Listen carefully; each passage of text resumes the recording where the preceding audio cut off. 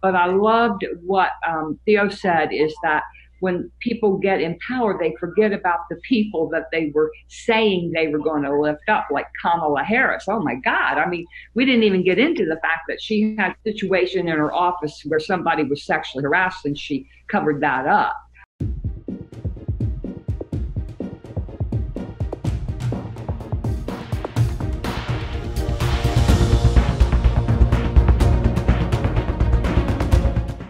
Now we're going to pull back and go back to our guest for the lightning round.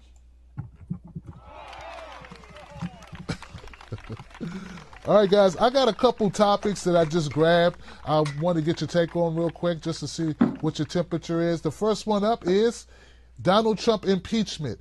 Chop it up. How do you feel about Donald Trump impeachment? Is that going to happen, or are we finally realizing that maybe it's not going to happen? Well, if it's going to happen, impeach the whole damn administration. That's my take. I believe strongly that he'll be impeached, and I'm just hoping with everything in me that Pence will too. And then, of course, that leaves Nancy in charge, and she'll be all right as president. She's not my favorite pick. I wish to God in heaven she was more progressive, but she's not an evil woman the way people try to make. And I'd sure as hell rather see her in that office than Pence and Trump. I saw a sign one time that said this whole system needs to be impeached. So that's where I stand. Trump is the catnip that kind of either deranges people that hate him or idolize the people that fawn over him that idolize him. But at the end of the day, he's gonna. By the way, remember Bush? The heyday of Bush, he was called a war criminal, rightly so. He was demonized by the left and was one of the most hated people in America. Recently, Joe Biden, 2 months ago, gave him a Medal of Freedom award, and he is now being lionized by a lot of people that used to call him a war criminal. About 10 years from now, Trump is going to be lionized by a lot of people that currently hate him. Because this is what happens. We get so distracted on the being a prisoner of the moment that when the current outrage passes, then we move on to the next. The system itself needs to be impeached, not just one man. How big a problem is identity politics to you? Let me just say, the way Republicans say identity politics is to almost, it's to deny issues like racism, sexism, and various systematic forms of oppression don't exist. When I say that, I don't deny they exist. I know very well, Tim, you and I talked about this and the last time you had me on your show. I know very well, I don't need to be told by some Ivory Tower resident about racism. I see it, I've experienced it, and I know it exists. And sexism too. These things are not just theoretical. But when I say identity politics, it's people that intentionally using paternalism, using faint concern, that intentionally tread on our pains in order to advance their own self-interest. And then they get in power and they forget about us. As much as Republicans might tread and traffic and racism, a lot of Democrats traffic in paternalism. And to me, they're both equally pernicious. Because if you're using my pains to advance yourself and then you forget about me, then what does that tell me? Identity politics is very important in terms of diversity. I think that when we identify diversity and we bring it forward and bring people of color, all people together and lift their voices like I was talking about earlier with our freshman class in Congress. But I also believe strongly that Dr. Reverend Barber, who, by the way, I've been involved in the Poor People's Campaign in Ohio and was doing social media, but I stepped back because I got to be ready for Bernie. But I love what Reverend Barber says, and that is that we've got to come out of our silos and we've got to stand together. So identity politics can be very subjective for people, but I loved what Theo said is that when people get in power, they forget about the people that they were saying they were going to lift up, like Kamala Harris. Oh my God. I mean, we didn't even get into the fact that she had a situation in her office where somebody was sexually harassed, and she covered that up. Whereas they're trying to attack Bernie like a dog because there was some very serious sexual harassment in his campaign in 2016. But Bernie's not trying to cover it up. He's sitting, he's dealing with it. He sat down with the people. The press was pressing him like crazy yesterday, trying to get him to talk about it. He respected the privacy of the women who came forward. I saw racism in the Bernie campaign. I saw ageism. I'm an old white woman. Some of those people in the Bernie campaign treated me like pieces of shit, like I didn't even know how to damn turn my computer on.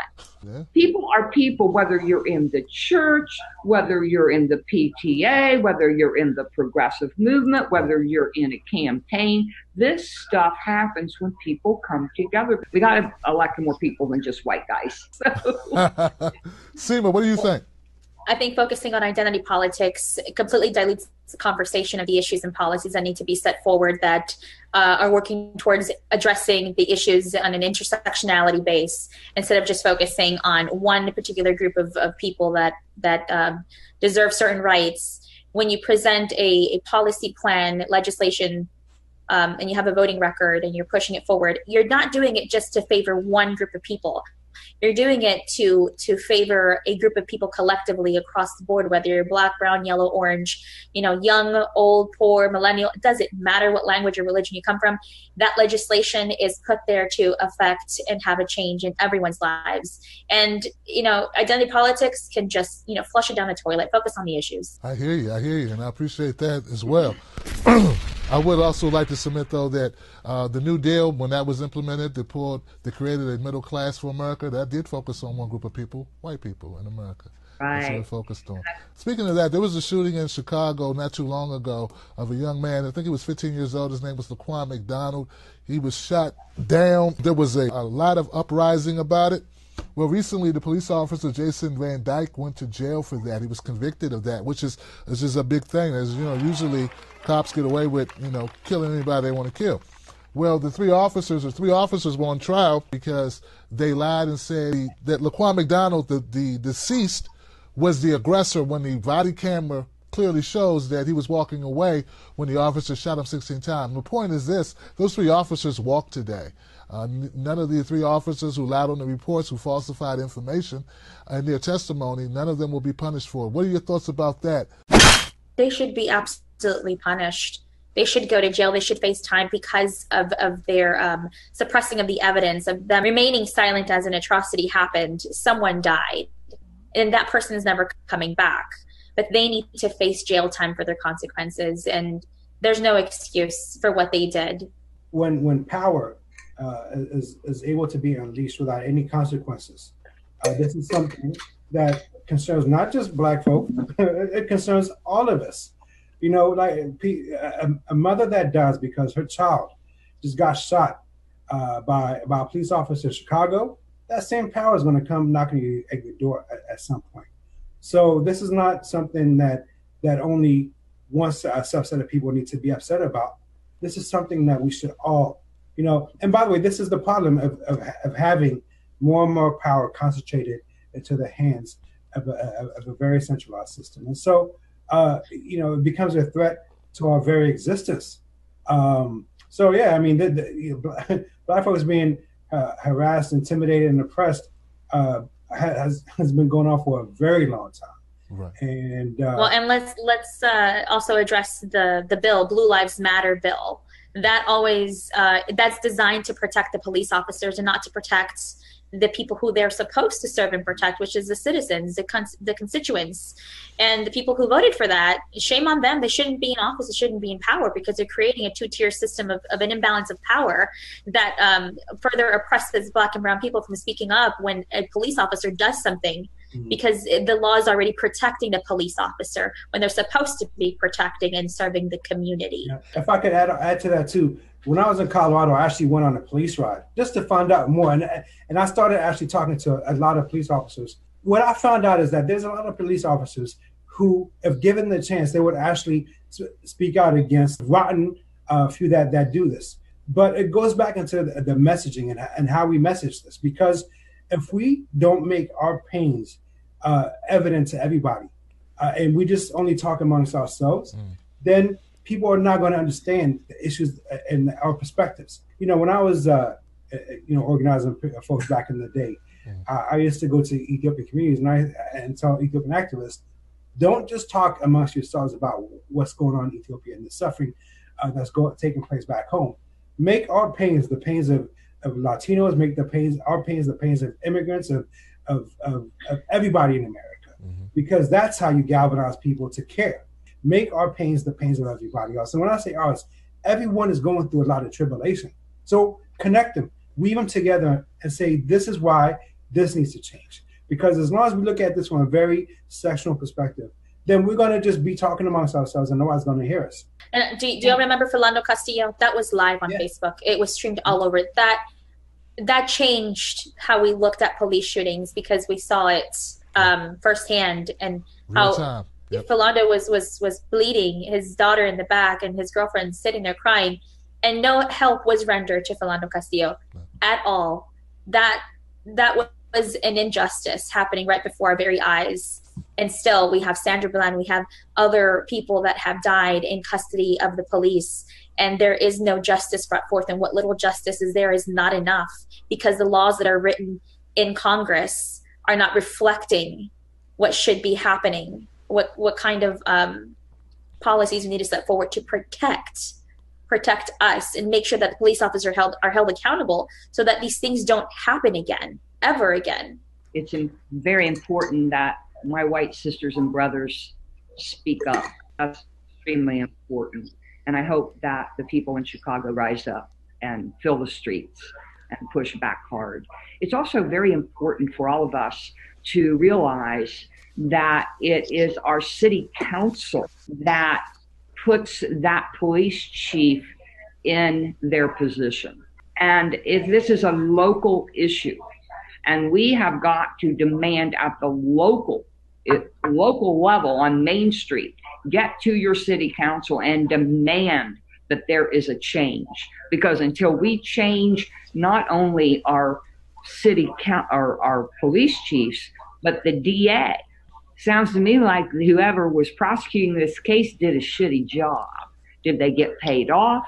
Are they incompetent? But this is a city level issue that is happening nationwide. And we have the power to change our city government. So that's how I feel. It breaks my heart to know that these men are going to walk, because they will become emboldened. They were fired because they're labeled as ex-cops. So obviously they lost their jobs, but that's it. Not good enough. Yeah, definitely not good enough. Just a little bit more context. They did fire the police chief. They fired him a couple years ago when the story first broke. I think the DA, there were a couple of firings surrounding this case. It wasn't just... Rahm Emanuel stepped down and didn't seek re-election either. Yeah, they covered up the case in order to protect Rahm, because he was running at the time, if I'm not mistaken. All right, guys. Well, look, man. I want to thank you all. Seriously, this is... I'm getting nothing but great feedback. People love the format. They get the 4 for the price of 1, and in one place they get great people. Now I'd like to go around the room, man, and give everybody an opportunity to invite people to follow you. Portia, what are you up to, and where can people find you at? How can people get involved? Well, I'm on Twitter on Portia A. Bolger, and then I do Save Main Street and Appalachians Rising. I would really hope that all of you will focus a lot of time on the fact that the Equal Rights Amendment very well could be ratified in Virginia. I believe the magic date is the 27th of this month. I'm hoping that maybe I can get myself over there, actually. If it's ratified, that will be the 38th state. And this is an amendment to the United States Constitution. We are not free. White women, brown women, black women, yellow women, red women in America, and our girls are not frickin' free. We do not have equal rights. We do not have equal pay. And until equality is written into the framework of our government, we will not be free. So support our equality. You support our equality by supporting the Equal Rights Amendment. So get on the internet. Just type in the search ERA on Twitter. There's some good stuff happening in Virginia. Well, thank you so much, Portia, for joining us. I really appreciate you. Teodros, tell people about your publication and where they can find out more about it. We try to publish something at least once a day, and then more and more writers are joining us. So we try not to do it to the point where we're just inundating stories for the sake of just having stories, but really garnering an in-depth conversation and having a discussion like how we have today, that go at the heart of the matter instead of just going at sensationalism and stoking outreach. You can find more of our work at theguillonjournal.com, GHION, guillonjournal.com. I'm on Twitter myself, Teodoro Shikre. And let me just, if I could close it with this. Martin Luther King once said that at some point we're going to judge people by the content of their character. I want to extrapolate further beyond that, but judge them based on their hearts and what they ultimately push and accomplish.